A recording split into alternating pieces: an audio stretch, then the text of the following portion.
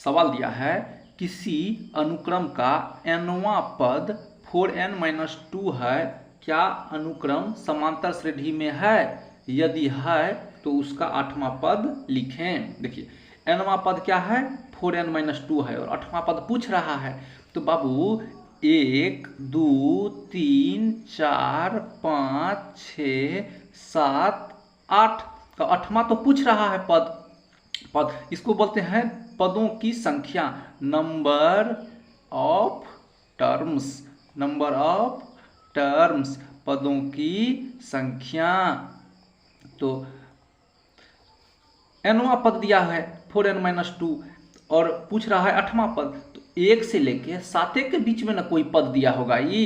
तो चलिए हम मान लेते हैं यहाँ पे, माना कि 4n-2 समांतर में है। समांतर में है, ठीक है, हम समांतर में है इसको मान लिए हैं।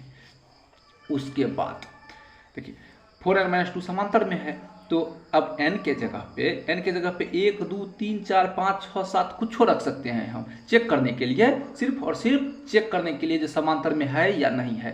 तो n बराबर 1 रखने पर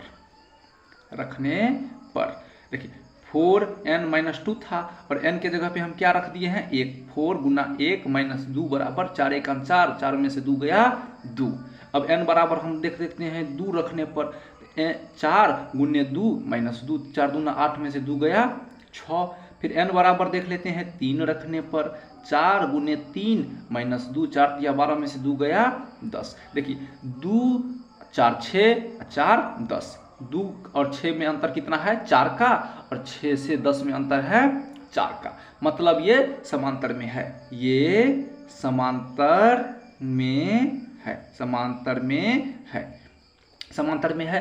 तो कितना पद कर रहा है? 8वां पद। 8वां पद बराबर वही 4n-3 को हम n के जगह पे अब क्या लिखेंगे? 4 गुने n के जगह पे लिखेंगे, 8वां पद पूछ रहा है, तो 8 माइनस 3 नहीं था, 2 था, 2। 4 गुने 8 माइनस 2, 8 चौका 32 में से 2 घटा 30, ये हो गया हमारा राइट आंसर। सवाल दिया है किसी अनुक्रम का rवां पद 2r+3 है, क्या यह अनुक्रम समांतर श्रेणी में है? यदि हो तो 7वां पद निकालें। फिर वही बात, देखिए rवां पद है, rवां पद और 7वां पद पूछ रहा है, तो बाबू 1 2 3 4 5 6, 7वां तो पूछ रहा है, तो 1 से लेके 6 तक के बीच में ही 8वां पद होगा। तो हम मान लेते हैं यहाँ पे, माना कि 2r+3 समांतर में है और r बराबर यहाँ पे 1 रखने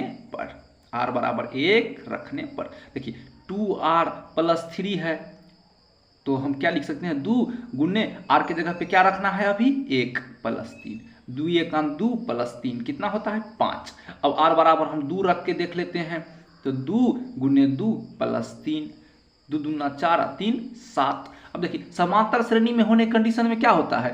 5 और 7 में अंतर कितने का है? 2, 5 2 7, फिर अगला क्या होना चाहिए? 9, फिर 11, ऐसे होना चाहिए। तो देख लेते हैं फिर 3 रख कर, तो 2 और r के जगह पे 3 + 3, 3 दूना 6 और 3 9, 5 2 7 2 9। मतलब ये क्या दिख रहा है? समांतर में है, ये समांतर में है, समांतर श्रेणी में है, समांतर श्रेणी में है। तो कैमा पद पूछ रहा है? 7वां पद बराबर वही 2r+3 तो दिया है, तो 2 और r के जगह पे 7 + 3, 7 दूना 14 और 3 17, ये हो गया हमारा राइट आंसर।